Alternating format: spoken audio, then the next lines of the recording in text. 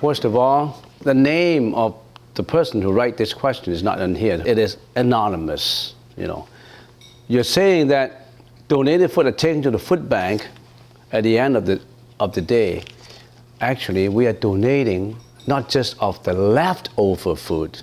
If you count our records, I think over the years we have donated tons and tons of vegetables, potatoes, corn in our field. We grow these vegetables. And for those who haven't finished, we donated them to the food bank. So don't worry about it. We already cover that worry that have you in mind. Throw away that worry that you have. We already have done it. Now that's for the raw food, including all the fruits, apples and oranges and all those we donated to the food bank. And every time when they came to pick food from us, they have to give us a record. So maybe we'll have 120 tons, I don't know, 300 tons already over the years, so don't worry about it. That's for the raw food or the food bank. Then how about the cooked food? You're left behind the food you have. First of all, you should not have any left behind. Don't waste any food, because we are passing, the server is passing around and giving you food. If you don't want it, you say pass. If you cannot eat it up, you don't put it on your plate, because you pass it to the next person. If you are so gluttonous as to, you want to hoard everything, I want to get everything, your habit, most people's habit is, if they can't finish, you just throw it away. In a restaurant, when you go into a restaurant, you just watch your neighboring table. You know how many people left those food behind? That's a no-no to Buddhist follower, the Buddhist teaching. Eat as much as you can. You don't throw any food away. All right, now that must be a habit that you should build up. Don't waste any food. The second, on a practicality basis, answering that question. What happens if people here who are not that intelligent and they don't really care and they have left behind? What do we do with the food? There are people like that. When we are eating, why do we say our prayers? When we're eating, we consider every grain of rice, how it is grown. How much labor is put into that? How much labor the cooks put into it? How much labor is spent in going to the market to shop for them? We consider all the efforts by all these volunteers, all these people who put this meal together for us. And we also consider those people who donate the money to support this attempt. They're conscientious people who couldn't spend their efforts in preparing for the meal. They donate to make this come true. But there are also people who come to eat every day without giving anything. They just received. But it's more meritorious to give, not just money, to give your efforts, to give your conscientiousness, to give your compassion out. Not just in a temple, in your family. Don't just say how much dad and mom can do for you, your elder brother can do for you. How much you can do for your mom and dad. How much you can do for your brothers and sisters. How much housekeeping work you have done for your family. Don't expect your mom to make everything clean. Don't expect your mom to do your bedding for you. Did you do her bedding? Come to think of others too. Don't think just of yourself. That's what we call ego. I don't want to continue talking about this, otherwise you won't come next time.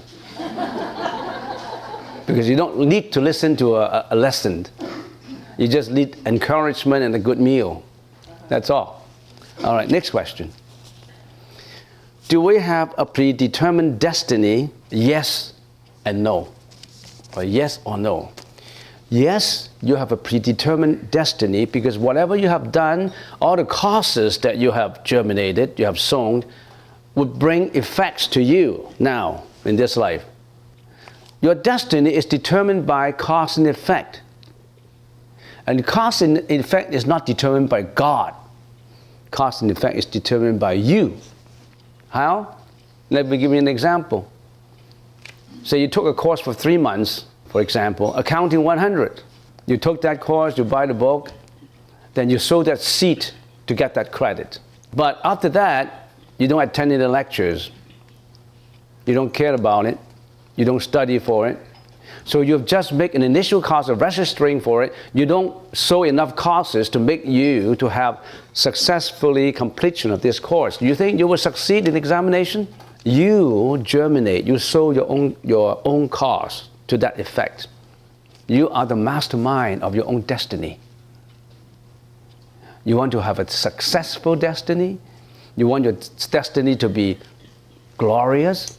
Or you want your destiny needs to be so gloomy and brutal and terrible? All in your hands. But however, for all those causes that you have done in the past, you can change those causes. Then you suffer from those. That's what we call destiny, because of what you have done. Because of you cannot redo what you have done, can you? Then you have to suffer from the effects so realized in this life. But you have freedom to do new causes, to change them, sow new seeds. All these bad seeds were already bad enough. Bad plants will come out in your field of consciousness because you have sowed all these bad seeds. But you have a choice. You have a freedom. You have a determination to sow good seeds starting from today. Can you sow all kinds of good seeds in your field of consciousness? I can guarantee you, you will reap good causes, good fruits. No question about it. So finally, I would say, yes, you have sowed your bad seeds, then you suffer from a bad destiny. No, it's not a destiny because you can change it. Every life is like a script.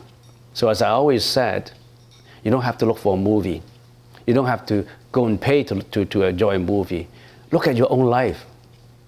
Your life is a life script that you have written. If you have sowed bad seeds in your script, change it now. Change your script. Change yourself as an actor. Change yourself as a director. Be a good director, be a good actor, and be a good audience. You enjoyed it. You don't have to go to one movie. Change it yourself. That's the new day. A new life. A new day. There's a song like that. Have you ever listened to that song? A new life, a new day? Michael Bublé. How come this monk is always talking about songs? That's to make my lecture interesting. If I don't know anything about all these, then how can I make it interesting? All right, that's the question. Because of another world, religion and several of its members that commit very unwholesome acts, it is hard not to discriminate. How can one keep good thoughts about the people who follow this religion? So you're talking about in some religions, some people, when they look at violence, they want to combat violence by their violence. They believe in using force to overcome force.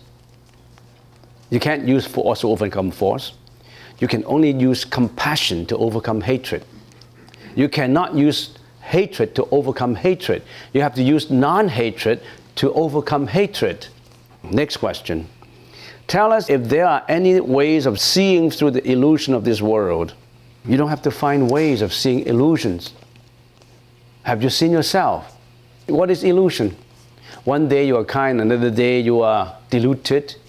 You have disappointment, you have jealousy, you have hatred, you have anger, you have revengeful feelings.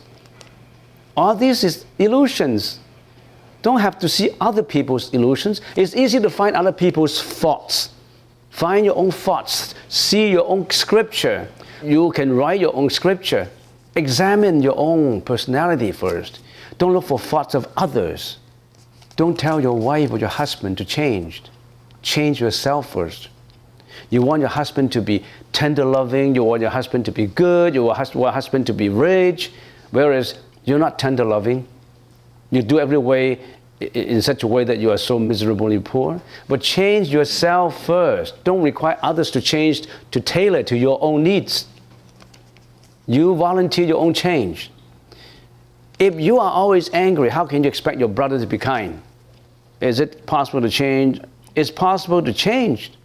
Is it possible to change a liar consciousness? You cannot change whatever you have sown. You sow that seeds already, those seeds already in the field, you cannot change it. You have to suffer from it. But then you can sow new seeds. And if you understand, the way you suffer is not the same way as when you have misunderstanding and suffering it. Because when you suffer from your past deeds, if you have enough wisdom, that's not suffering anymore. You accept it. We call it acceptance. We call it forgiveness. You forgive. You don't suffer, you forgive. Next, is there different stages of awakening? Yes, there is different stages of awakening. How can I improve my eyesight? Am I an eye doctor?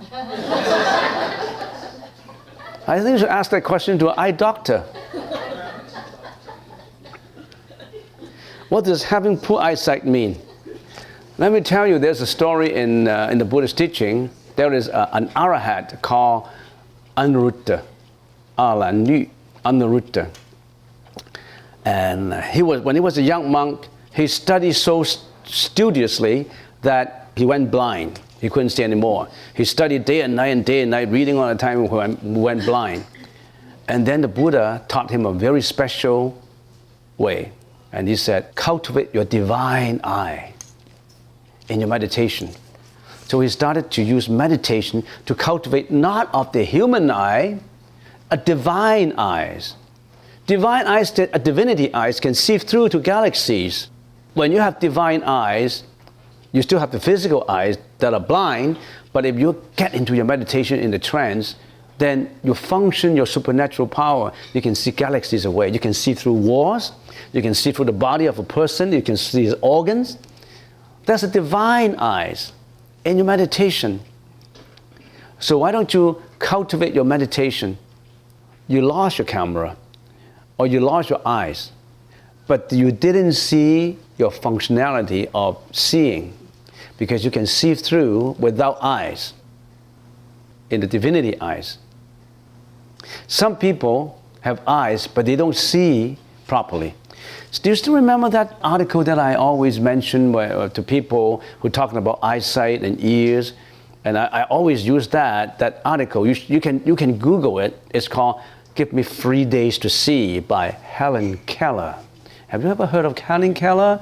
The person, the lady who was blind, who was deaf, who was mute. She couldn't speak, she couldn't listen, she couldn't talk. When you lost the senses of seeing, listening, and talking, what's the worth of living again? But this lady, Helen Keller, went through these difficult periods and become one of the best philosophers in North America, a writer, a prolific writer. She trained herself. In the beginning of the article, she said, I always wanted my eyes to see nature. I always want my nose to smell the fragrance of roses and on azalea and rhododendrons. I always wanted to talk about it, but I couldn't. So sometimes I ask in writing and ask my friends who's just been back from the wood, enjoying a nature trail, I ask them, so-and-so, what did you see during your walk in nature trail in the woods? And most people answer is, no, nothing in particular. And she said, how could you have walked through the wood for a few hours and you didn't see anything in particular? I always want to feel the velvetry of the rose petals. I always want to listen to the chirping, the joyful chirping of the birds. I always want to see the stream flowing down a clear crystal of water. I want to have those experiences. I so value this. And how come anybody traveling from a nature trail in the woods, coming back and told me he has seen nothing in particular?